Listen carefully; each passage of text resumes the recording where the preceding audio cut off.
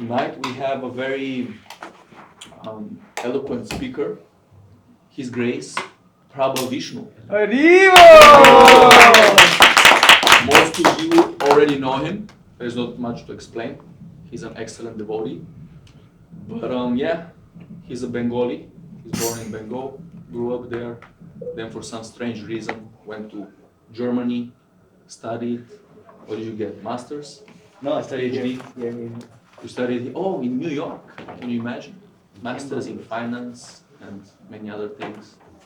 And now he's taking care of the Bhakti school. Actually, he's one of the main. One of the main managers, administrators, who's arranging everything. He's behind the advertisements and studying a lot also for the lectures. Just being of great service, and we're having a lot of fun together. And tonight he's gonna speak about one of the pastimes of the famous Bhagavata Purana or Srimad Bhagavatam, which is the main scriptures of the Bhakti texts. And can you tell us more about this pastime? Yes. I shall. It's not what I want. That is also important. You're supposed to press down the bottom. I want this. Press the down button. Detecting device.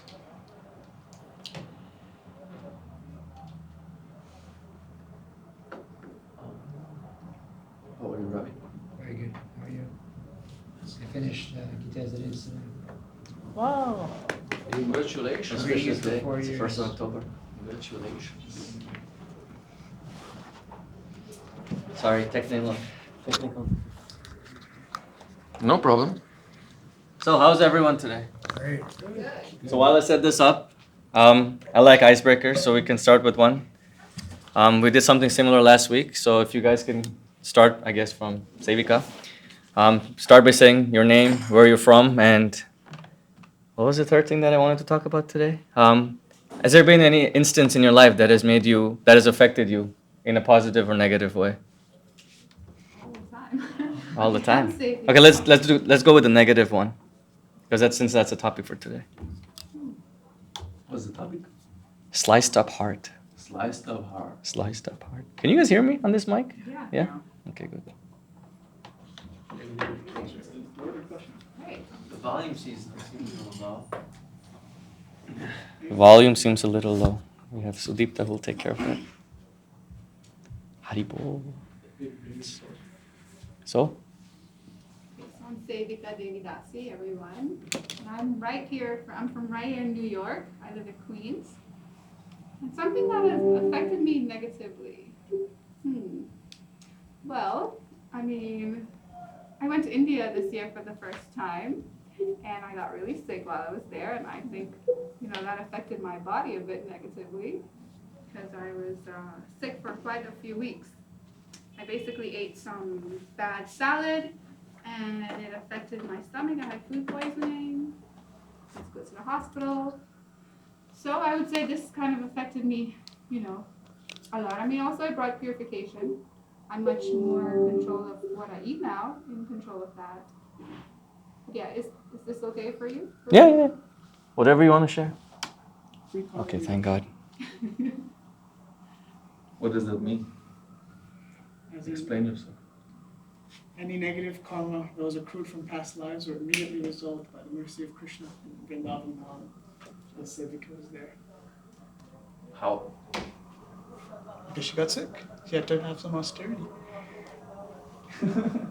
Should I go next? Yes.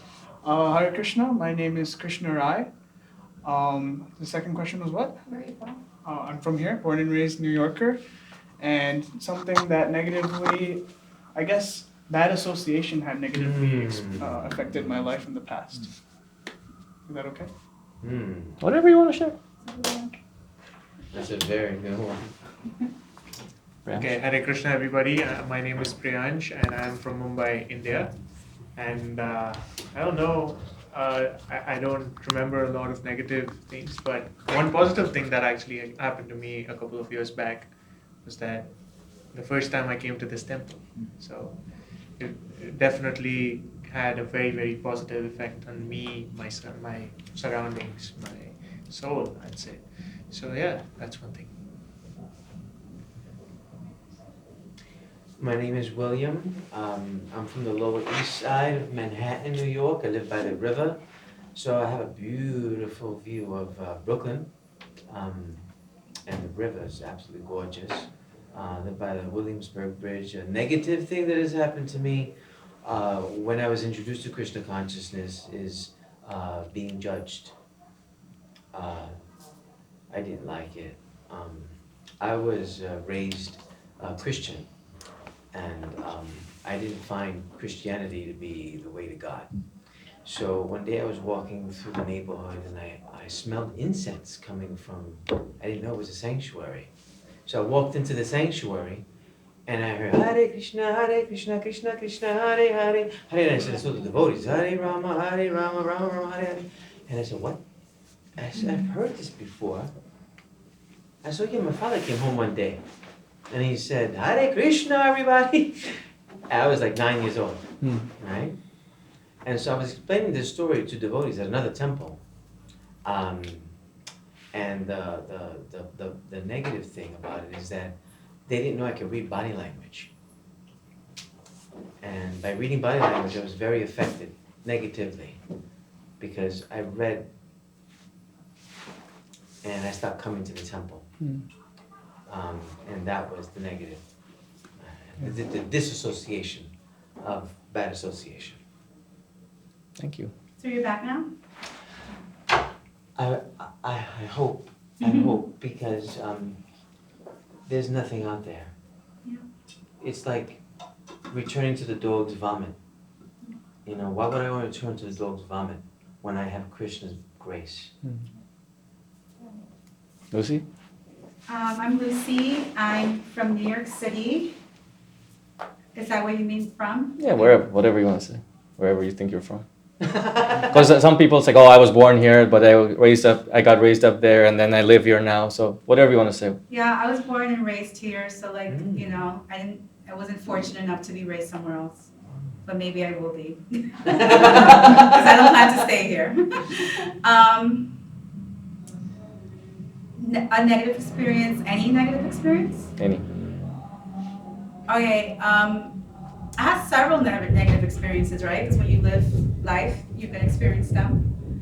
But I would say a profound one was a betrayal from a best friend.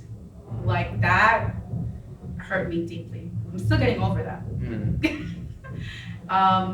But it's what brought me to Krishna consciousness, because that final layer of like that dagger I was like, wow, really, this is not a place. I also was raised like Catholic and then Christian, and this happened in that setting. So it's upsetting because, you know, especially when somebody's professing to follow God and, you know, they do that to you. But it's what allowed me to say, that's it, I need to leave this environment and seek something where people are really practicing the love of God and you know, living bhakti, right? Because I think that's the goal, like even of Christianity, is to like embody the love and compassion of Jesus. And oftentimes religion just messes it up for people. So yeah, I'm still healing from that. I really haven't forgiven her, actually. I'm working on it. Not for her sake, but for my sake, you know, for my own heart's sake. But I'm better, and my association with the devotees has been really healing for me. I'm not as angry as I was. So thank you for your patience and your love in dealing with me. And that's it. Do you want to share something? Hare Krishna, my name is Nikunja Radhika Devidasi, and I was born in Russia, but I have origins from ancestors from Mongolia, and I live here in Brooklyn. And the problem is that I cannot come up with any negative experience that would affect me in the past. Like I try to think, and maybe I need some more time to think about that. No problem. Hi, Krishna. My name is Gokul. I was raised in Hyderabad, India. Moved to United States in 2014. The negative thing which has affected, I mean, there are a lot of positives, but we don't remember that much, like the negative stuff. I would say, like when I moved here back in 2014, I had to move. I used to live with my relative. Then all of a sudden, like I have to move out without any notice and stuff. So that was like very like challenging for me to find my a place to move and to adjust to the things. I would say that has affected me for a while. Yeah, but after that, I came out of it, improved, but still I remember that. So I would say, yeah. Very nice. Very nice. Thank you. Sudipta? Hare Krishna, I'm Sudipta. I'm originally from Bangladesh and currently living in East Harlem. About negative experience, I particularly can't come up with one, but I know that I have like some bad habits and things that might turn into like negative effects, and that becomes like a negative experience. So, Okay. yeah. My name is Ravi. I'm from New York City. A negative experience that affected me. A good friend of mine died in high school. Sorry. And that was very traumatic. Carmen? Carmen, excuse me. I'm from the Boogie Down Bronx. Born in Spanish Harlem. Raised in Boogie Down Bronx. And my negative experience was when I finished high school, I went into my first job right before college. And they said, "Where's the other half?" And I realized I was short. My family never told me I was short. And that affected me. So, okay, we're not supposed to be short, and I'm short, okay? What to do. Yeah. Thank you all. Julie, do you want to share something? If you want. Hare Krishna, my name is Zui. I'm originally from India, Mumbai, but I've been in New York for like quite some time now. How has a negative experience affected you? I don't know how it has affected me. I guess I just get mad and I just like speak a lot of things. Not sure what else. Anything else? That's it. No? Thank you. Thank you all for sharing your wonderful experiences. Okay. Anyway, so thank you all for sharing your, because of time constraints, cannot talk about this forever. So thank you all for experiences that you shared. As we can see, all these negative experiences that you all mentioned, they all affect. Now I know what Keshav Maharaj went through on Saturday. There's a guy who was honking for 10 minutes straight because he was double parked. Someone double parked in front of his car and he couldn't get out, so he honked for 10 whole minutes. I guess that was his negative experience for that day, and Maharaj's as well. So all these negative experiences that we go through, they have a tendency to make us feel many types of ways. In the moment, we feel hurt, we feel betrayed, we feel so many things I heard. We feel lost, we feel confused, we feel left out, all these things. And negative experiences are such a thing that they can really create impressions on us for the rest of our lives. And when they create these impressions on us into our consciousness, then what happens is that we tend to act based on that impression that was created by these experiences. In the same way, when we have positive experiences in our lives, those positive experiences, they create positive impressions, and then we act based on those positive impressions. But the reason why I said negative experience in this one is because in the Srimad Bhagavatam, how many of you know what the Srimad Bhagavatam is? Okay. So it's a Vedic scripture, whatever you want to call it. It's a sacred book, holy book, whatever you want to call it. And in that Bhagavatam, there's 12 cantos or 12 volumes or 12 installments to it. And in the fourth installment, which I've circled, in that there's this beautiful story of a young prince who was only 5 years old. And it's a very, very famous pastime, a pastime that is full of lessons that we can learn from. I just request one thing. If you guys are going to talk, please go outside, because with so much going on outside, I can't focus. So, sorry.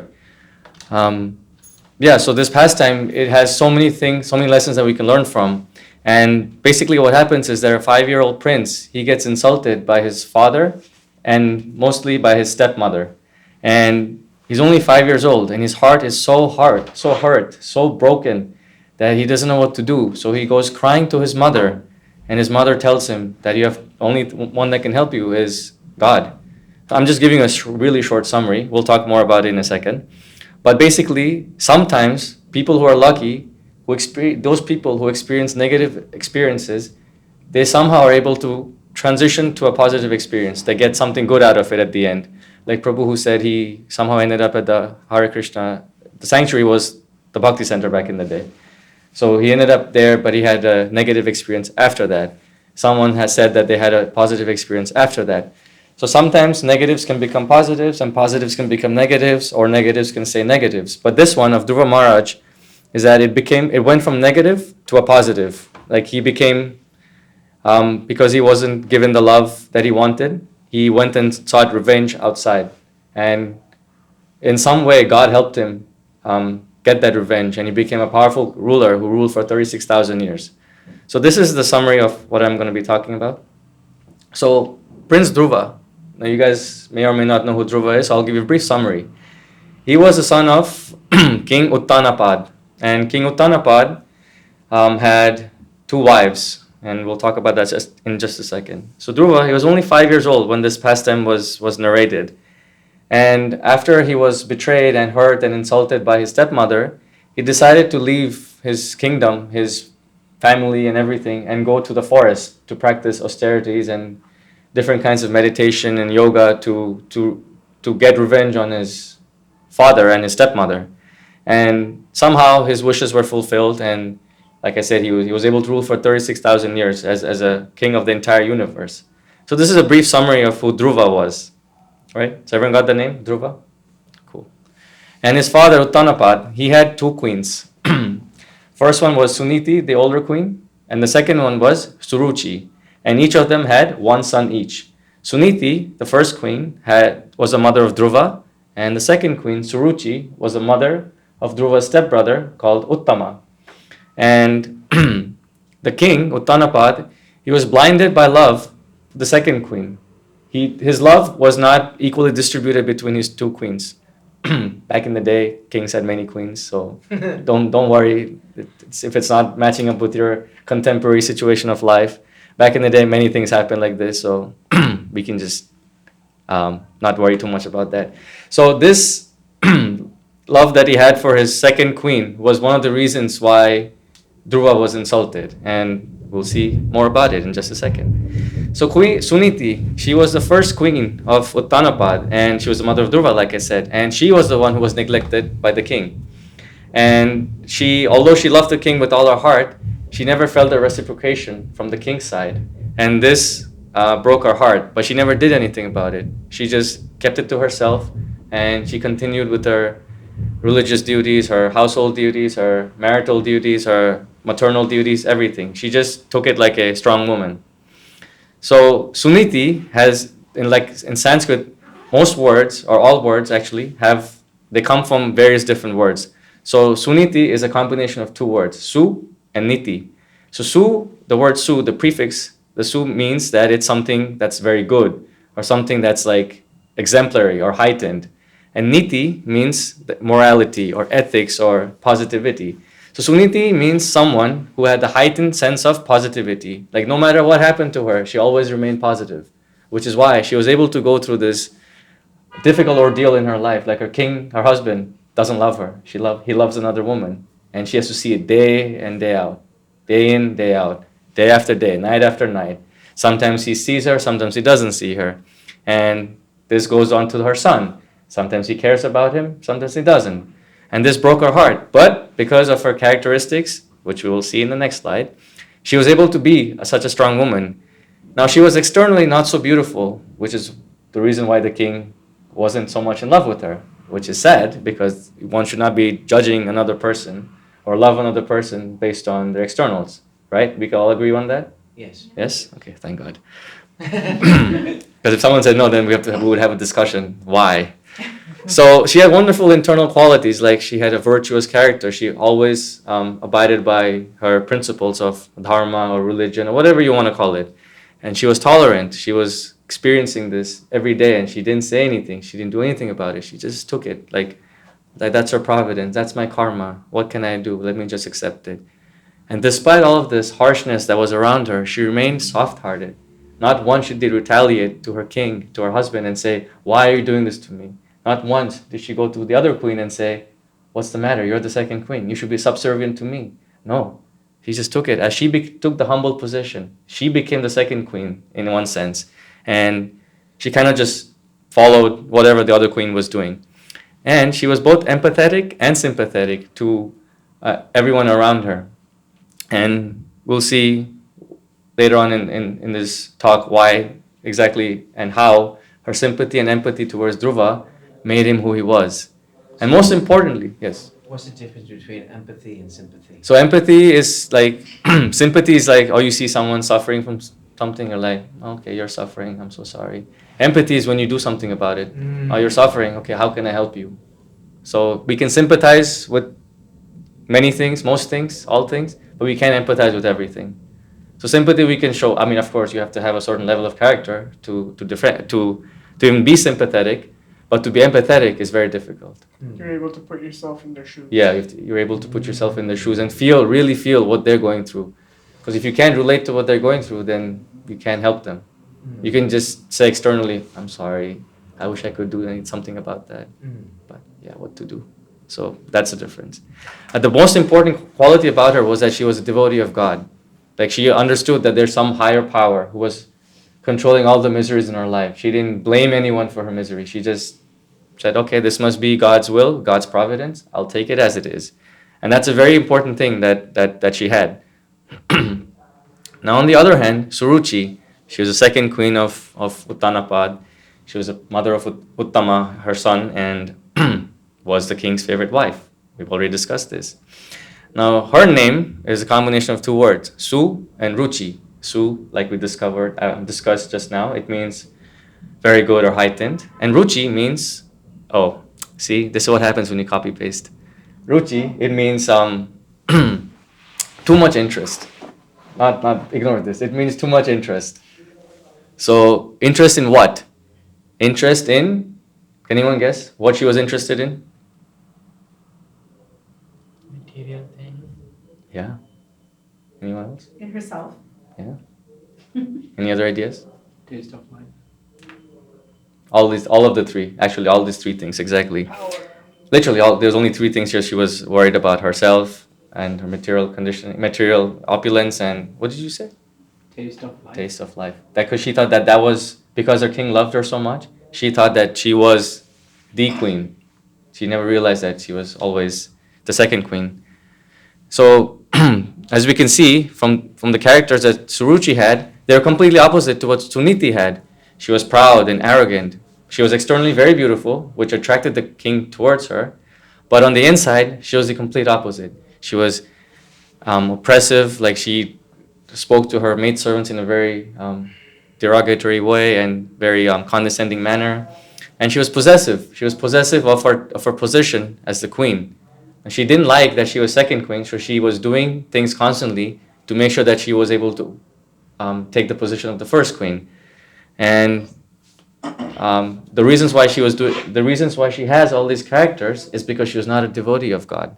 Now, I'm not saying that Suniti was like the perfect devotee, no, but she actually had some conception of God. She was following some dharma. Suruchi, on the other hand, she didn't have a concept of what it means to be religious. She was like, yeah, Vedic culture, so on and so forth. She had that understanding, but she didn't have that understanding that what it means to be a devotee of Lord. So this was the difference between Suruchi and Suniti. So Now that we've established who the characters are and what their moods and what their personalities are, now we can talk about the actual pastime. What happened to Dhruva? So once upon a time, Uttanapad, he was just sitting on his throne, and Uttama, the son of Suruchi, the second queen, he was sitting on his lap. And young Dhruva was like, if the king is sitting over there, Dhruva was running around in the palace, and he saw, oh, Uttama's my brother is sitting on my dad's lap. I also want to go sit on his lap. Let me go do that. Now, mind you, he's only 5 years old, so he doesn't know any better. He doesn't know that Suruchi doesn't want him to be there. So, young kid runs up to his father and tries to climb onto his, legs, and he's trying to get up onto this lap. And the dad, he doesn't do anything. He just sits there, cold, with no response, to completely ignore Dhruva. And Dhruva, he doesn't say anything because he's too young to understand what's happening. So he's still trying to climb onto his father's lap. And then Suruchi, when she sees all of this, she just lost it. She's like, how dare you? How can you do this? You are not born from my womb. So unless you are born from my womb, you cannot sit on your father's lap. If you want to sit on your father's lap, you have to go pray to God. You have to go pray to God that he gives you birth in my womb. And then you can go sit on your father's lap. So when she said something like this, Dhruva, a 5-year-old kid, he was completely shattered. His heart was broken into pieces, which is why I titled the presentation "A Sliced Up Heart," because in so many layers, in so many degrees, Suruchi broke his heart and insulted him in front of his father. Now, if you guys have any idea about what it was like to be a king back in the day, it was all about having that passion that I am king, I am the ruler, I am controlling everything has to go by me. So that was passed on to the son and then the grandson and so on and so forth. So Dhruva, because he had that martial blood in him, he took this insult very seriously. He took it very much to heart. And he was burning with anger. He was burning with rage. And he didn't know what to do because he was only 5 years old. And he started crying. He started tearing. And he didn't know what to do. So where did he go? Does anyone know where he went after this? Yes? With nature. Nature, yes. But before that? His mother. His mother. Yeah, he went to his mother. So we can see that hurtful words that are directed towards us, and actions also. These hurtful words and actions that are directed towards us are hard to forget because they elicit this deep emotions within us. And when this happens to us, what we do is that we cannot think straight. We get so lost in our emotions. We get so caught up in our feelings that we cannot think what to do. So somehow, Dhruva, he went to his mother. He had that much common sense as a 5-year-old kid. Like, okay, I don't know what to do. Mommy, let me go to mommy. Because at 5 years old, that's all the kid knows, to go to mommy. So he went to his mommy.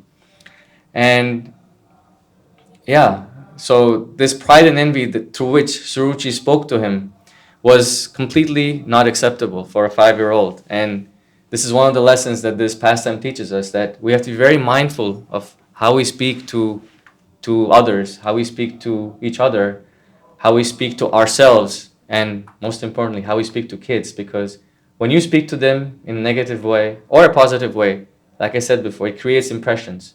And those impressions can be either beneficial or detrimental. You have a question? No, I just want to add to that. It just creates a positive perspective on the world. Yeah. Based on, things they hear, things they see, stuff like that, your sensors. Yeah. So Dhruva, his impression that he experienced was not a very good one. And yeah, we're not going to discuss the entire pastime, how he went and did all these austerities. We're not going to that. We're just going to talk about the breaking of Dhruva's heart. That's the focus of today's topic. We'll discuss that at another time. So like this, he went to his mother and he told her what had happened. And his mother was just as heartbroken as he was, because which mother can see her kid cry like that in front of her? And especially when she's so powerless, when she has a husband, but he doesn't love her enough. She is a queen with no power. She has all these maidservants, but they can't do anything to serve her, to solve this problem of hers. So when Dhruva went and told her everything, Suruchi said, yes. Suniti said, yes, Suruchi was right. Unfortunately, you are not born from her womb, so you have no right to sit on your father's lap. Unfortunately, your father loves her and doesn't love me. So there's nothing that I can do. But there is something that someone can do. Does anyone know who that someone is? Yes? God. Who? Go to God. Go to God, yes. So that's what she told Dhruva. She said, there's only one person in this whole universe who can protect you at all times and make you feel better for whatever's happened to you. She said, go to God. Go and pray to him, and he will solve all your miseries. He will give you whatever your heart desires and more. So Dhruva decided to do that. But in addition to what she just told Dhruva, she added 3 other important lessons. Firstly, she told him, do not wish ill fortune for others, even though they have caused you pain. So this was a very important thing that Suniti told Dhruva, because had she just said, you know what, your stepmother is absolutely wrong, she should not have spoken to you like this, let's go fight her, then that would have created that mentality of that, yes, I am the king's son, I should not be spoken to like this, let me go fight her. And then that would have made Dhruva a very negative character. He would have grown up to be a very disturbed child, so to say. So she said, do not wish ill fortune on others. And then secondly, she said, anyone who inflicts pain upon others suffers oneself from that pain. So basically, this was a way of reassuring Dhruva that, yeah, even though Suruchi told you all this, even though your stepmother told you all these things, it's okay. It's your own karma. In the sense that, it's her own karma that she'll get back. It's your karma that she told this to you, but at the same time, she will get it back for what she did. She'll get the same karma back. You don't have to worry about it. You be a good boy, and you continue doing good things in your life. Because that was her nature. She was a virtuous lady. So someone who's virtuous is not going to preach non-virtuous things to others. They can only teach good things. And that's what she was trying to do to Dhruva. And like I said, she said, only one person can help you. That's God. She said, whatever desire you may have, you should worship God and give up your envious attitude. Only He can fulfill all your wishes. Because when Dhruva went to her, he was saying that he wants the kingdom, he wants something more than what his father had, more than what his grandfather had, and he wants his stepmom dead. So this is what Dhruva told Suniti. But Suniti, instead of saying, yeah, you're right, you kid, very good, I'll help you with that. No, she told him these 3 important advices, and this is what set Dhruva's mood going forward. So fast forward to the next part. Dhruva, what he does, he takes his mom's advice and he goes to the forest. Right? He goes to the forest and practices austerities for 6 months. In 6 months, through his rigid austerities, under the guidance of his spiritual master, his guru, he was able to have direct interaction with God. In 6 months. Now, how many of you think you can achieve that? In 6 months, just seeing God in front of your face. If you have a comfortable place and you master yourself, like the wisdom, the knowledge, and you're able to extract material things from this world to build yourself a comfortable environment, it's possible. Okay, comfortable environment. But in 6 months, is it possible? It's difficult. Yeah, depends on your faith. Yes? Prabhupada said if you're conscious and free, you can go back to Godhead in 1 minute. In a moment. See? In a second. Was he 5 years old at this point? Wow. Still 5 years old. This happened the next day. He left for the forest the next day. That's At 5 years old. At 5. Yeah. At 5 years old, he was able to see God personally. It's very difficult. It's possible. Of course, it's possible he did it, but it's very, very, very difficult. Because at that young age, who has that determination to practice such a rigid austerity? And if I describe the austerities that he undertook, you guys will be baffled. First he gave up food. Then he started living only on water. He gave up water, only air. He gave up air. Then he only started breathing every other day. And then he stopped breathing at one point. And when he stopped breathing, because he was able to capture God through his austerities, when he stopped breathing, because God is everything, he choked the entire universe. Now, this may not make much sense to you, but just think about it. If he captured God in his heart, and when he stopped breathing, because God was in his heart, like he was present, he choked the entire universe, which is why God had to come down and tell him, stop. Please stop. You have done enough. All is good. Stop this. So that's, and then Dhruva, God blessed him. He became a wonderful king, whatever. All his desires were fulfilled. We'll talk about it another day when I speak next time. But for now, we're going to focus on this topic of lust. So, lust is inner rust. Does anyone know what this means by any chance? Any ideas? I guess it leaves you wanting, never satisfied. Mm-hmm. Yeah. Anyone else? When I think rust, I think decay. So it's like having rust will begin to decay. Yeah. When I think of lust, I think of the death of the self. Yeah. Exactly. It's a death because lust is such a thing that it always makes us want more and more. But the sad thing about it is that even though we can get, let's say I want a new car, I get the new car. Now because I found success in that process, I want something more. I want another car or a better car. And I'll keep wanting. But the thing is that we can only take so much. At some point, we cannot take anymore. So in that sense, lust causes us to never find that happiness that we're looking for. It just kills us inside, on the inside. We want, but we're never happy. Our desires are increasing. We're getting the desires are being fulfilled, but the happiness is not coming. So same way, rust, iron. What happens with iron? Anyone know? Poison. Yeah. Poisonous. It turns into rust. Yeah. If you don't get rid of the rust, it will spread. Yeah. So that lust, if you don't get rid of it, it decays the entire body. So that's why it's compared to rust. So in the same way, Uttanapad, because he loved his wife so much, now there's nothing wrong with loving your wife or your husband or your kids. Completely fine. Scripture doesn't say don't love. But the attachment that you have, the undue attachment, the unnecessary attachment that you develop, that is bad. If you cannot understand that she's not something for you to enjoy, or he's not something for you to enjoy, it's someone you serve or someone you, as a partner, you do some higher things in life with. It's not someone to enjoy with.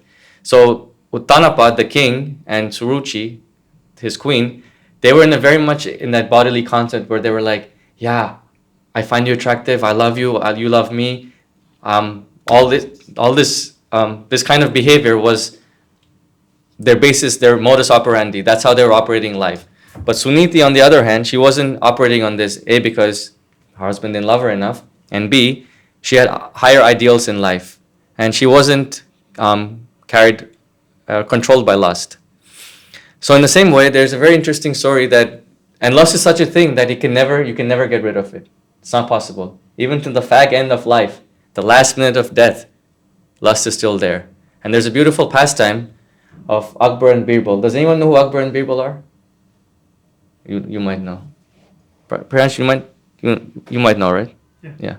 So Akbar was now I don't know if he was a real king or a fictitious king, but he was a king. In many of our children comics in India, we all grew up reading this, that he was a king and he had a very trustworthy minister named Birbal. And Birbal was like his right-hand man. Whatever Akbar needed help with, Birbal always suggested some solution. Okay, it's kind of like Krishna and Uddhava. Uddhava always gave Krishna wonderful advice, even though Krishna never needed advice.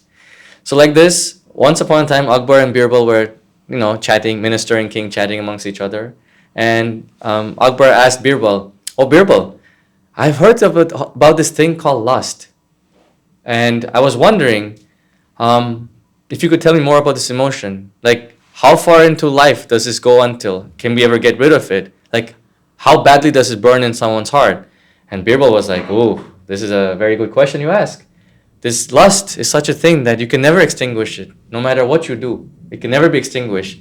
And it goes till the very, very end of life, the last moment of of your life. Even if you're old, even if you're 99 years old, on your deathbed, still one can experience lust. And one can still operate on that platform of lust. And Akbar was like, I don't know if I agree with you.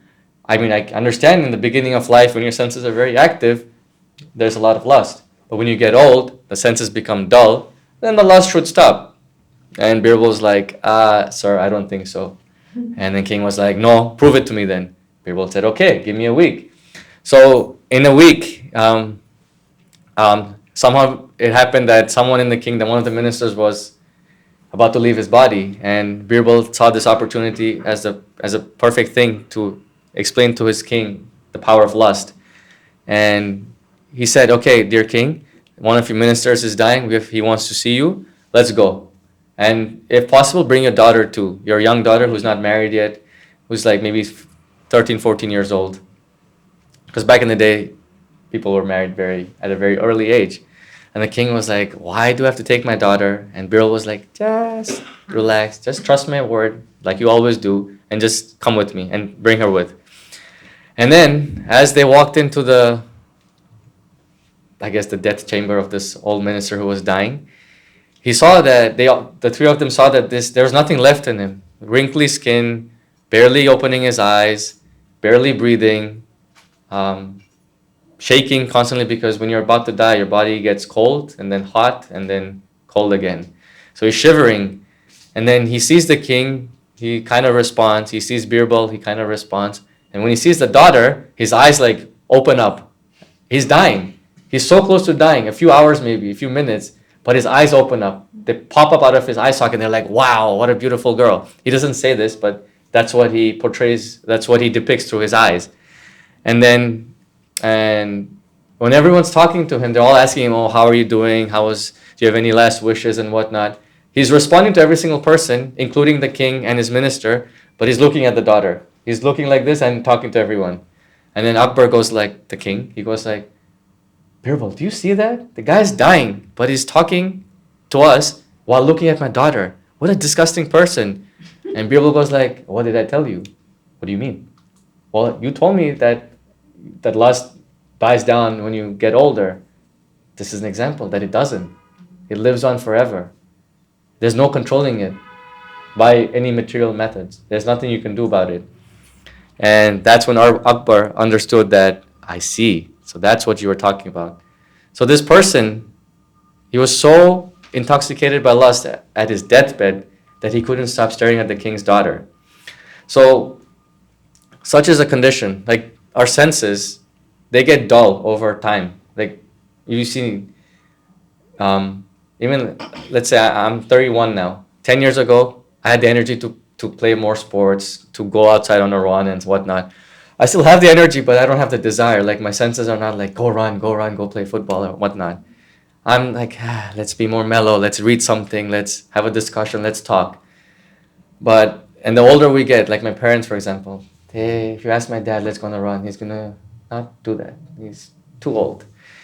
And my grandfather, what to speak of him? He doesn't even leave his home anymore. So senses are getting tired. They get old because their organs, and organs come to an end at one point because they're gross elements. But the mind, the intelligence, the ego, they're all subtle elements. They can never be killed. They live on forever. So the mind, the lust resides in the mind, which means that you cannot kill lust because the mind cannot be killed. So the mind is still active, as we saw with this old man dying, but the senses are dull. You still want to enjoy, but you don't have the capacity or the organ or the tool to enjoy. So that's why lust is so bad. Because at the end of your life, when you have nothing left physically to do, your mind is still attracted to all this nonsense things in this world. And why are we talking about this? Because, okay, one quick segue. So in the Bhagavatam, it says that one of the ways to curtail this lusty desires or this, not to like cut it down completely, but to like navigate it properly, is that you get married. Because that attraction between man and woman is so strong that if it's not guided in the proper way, then it leads to something like this old minister because he wasn't not married. He had never married. So he was never able to fully control that lust. So at this deathbed, when he saw that king's daughter, that's the last thing he could see. And that's what his mind was focused on. So this natural impulse that is there between a man and a woman, that can be controlled through marriage. It's just a not random, it's more like a little segue to say how lust can be controlled, one of the ways. So Uttanapad and Suruchi, the reason why they were so attracted to each other, the reason why they were so in favor of each other was because they were attracted to each other on a very materially, bodily level platform. They didn't go any deeper than that. He was not looking at her characteristics, like how Suniti had the good characteristics. He didn't see those in Suruchi. A, because she didn't have them, and B, because he was not interested in all those things. He was just interested in enjoying her body. And because of that, Suruchi was able to have control over him and make him do what she wanted. And in the Bhagavad Gita, there's a verse that talks about the 3 gates to hell. And we won't recite the Sanskrit because of time constraints, but we'll talk about what it means. So the 3 gates to hell are lust, anger, and greed. And they all run very parallel to each other. They're all there within the mind. And they all run together. Because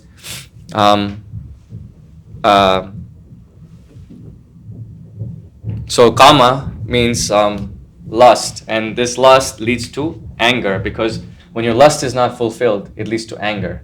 It's like you want to enjoy something, you want something, but you don't get it, then you get angry. And then when you get angry, there's 2 ways. Either you get angry or you want more.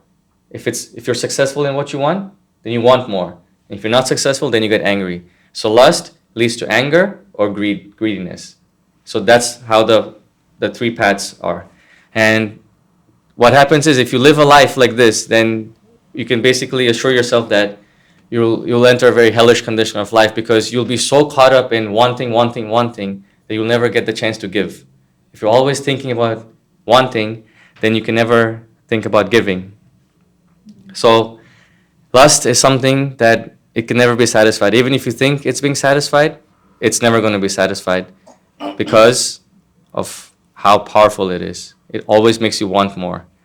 And lust in this material world is mostly shown, or we can see it most commonly between a man and a woman. That desire to enjoy the opposite. That's the most crude form of lust there is. So that's one thing that we can learn from this pastime of Dhruva and Suruchi and all these other characters. And the other thing that we can learn is that a leader, a king, he's not supposed to be biased. He's supposed to be equally equipoised to every single person, because all of the people in his kingdom are his praja, or his subjects. So subjects, you cannot differentiate like, oh, I like you, I hate you, I like you, I hate you. No, everyone is the same to you. Otherwise, you're not being a good leader. So Uttanapad, although he had some affection for Dhruva, although he had some affection for Dhruva's mother, his affection for his other wife and her son was more. And that is not a good quality of a leader. And what this led to was the queen feeling that she had control over the king. So if a leader is not properly established in his own consciousness, and if he's not equipoised, then he can be taken over by other entities, personalities like wife and other people in his kingdom, or invaders or enemies, and so on and so forth. So because he wasn't able to see Suniti and Suruchi in the same eyes, in the same way, in the same moment of love, he couldn't see Dhruva and Uttama, his 2 sons, in the same way. And that's what broke Dhruva's heart. And in the same way, there's another little short story about how Akbar and Birbal were again having a conversation once upon a time. And Akbar asked, people, they're for a leader, he's always supposed to be someone who never listens to anyone. He's always supposed to be someone who listens to himself and goes through his gut feeling and controls everything through his own intuition. And that's what a leader should be. That's what Akbar said. And Birbal was like, Yeah, that's unfortunately not the case because every leader is controlled by his partner, his wife, or another woman that he's seeing. And Akbar was like, no, no, no, I disagree with that. And then Birbal goes like, you know what? I'll show it to you in a week. Let me prove it to you. So Birbal made an announcement. He sent out an advertisement asking all the men in the kingdom, all the ministers, to come to the palace and stand in front of the king. And then he asked the king, tell every single person, all of these men, to turn to the right. So first, Akbar said, everyone in this assembly, please turn to the right. No one turned to the right. And then Akbar said, okay, now everyone who doesn't turn to the right, turn to the left. Still no one turned to the right or left. And then he said, if your wife tells you to do it, will you do it? And then everyone was like, oh. So all of them started thinking, and then they all turned to the right because they knew that because Akbar was saying, imagine your wife said this to you, and then they all remembered, yes, my wife does tell me so many things, so let me do it. So all of them turned around except for one person. So then Akbar was like, wow, why is this one person not turning around?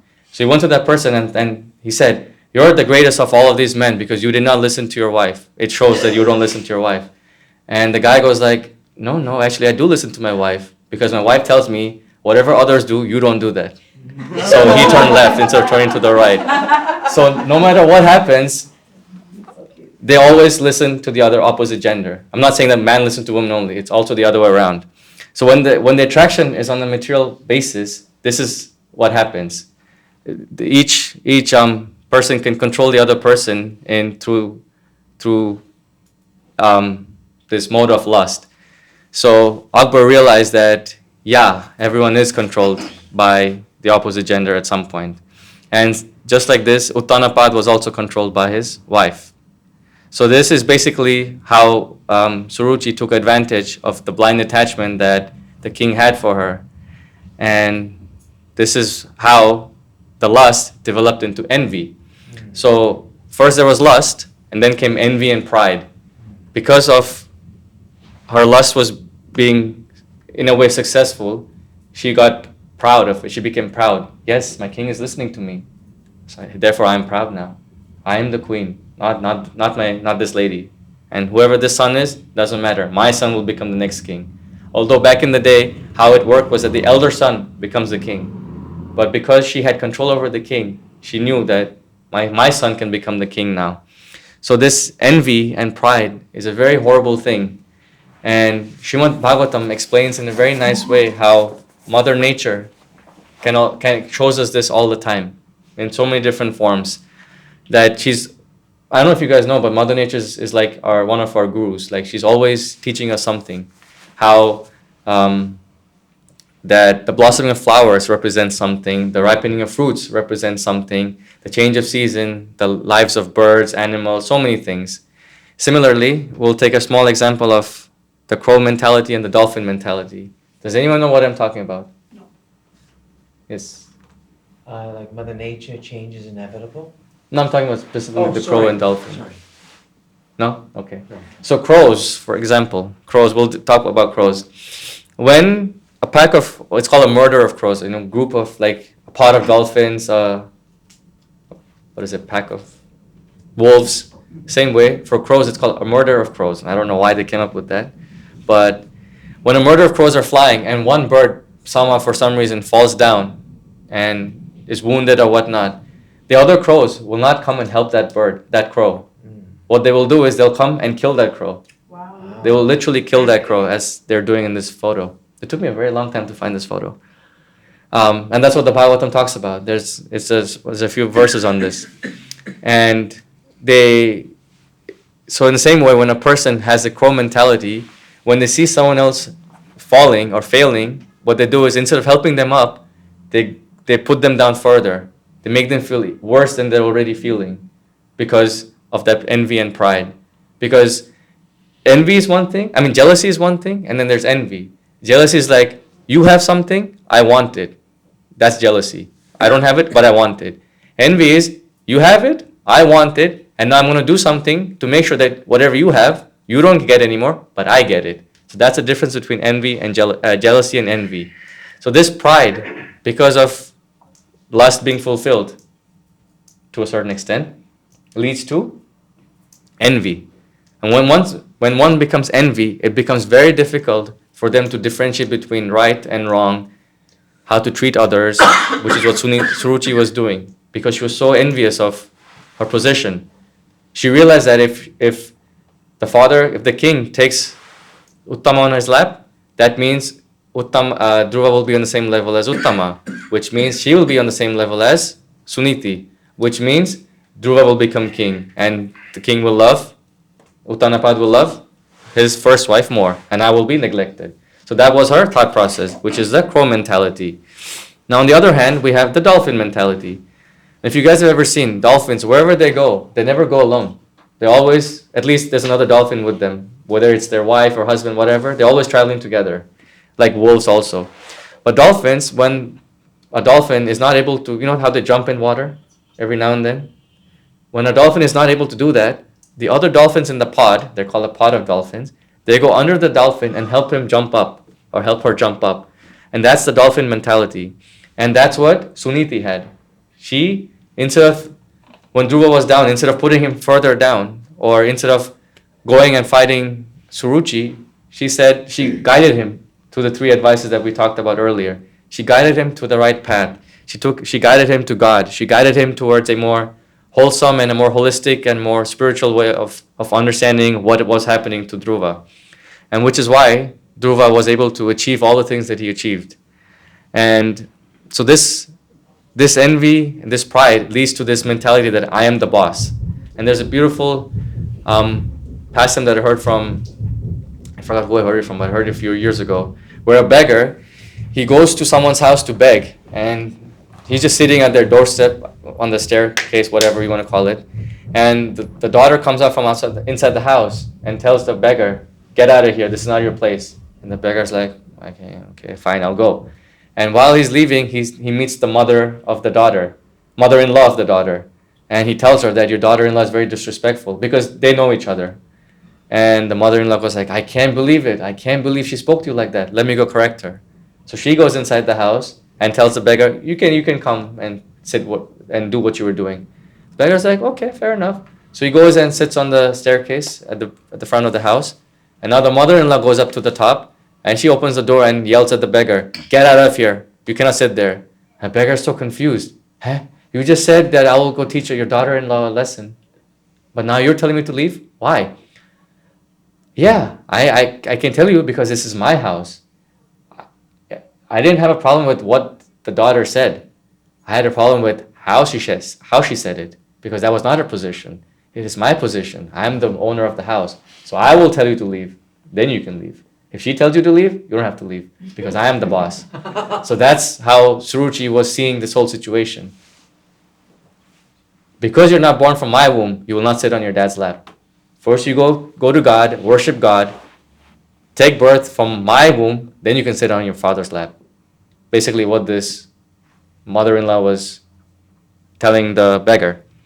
So these are the few things that I wanted to share with you guys about Dhruva's pastime, up until the point that he left for the forest. Now there's a whole bunch of other things that we can talk about, but we'll do that on another day.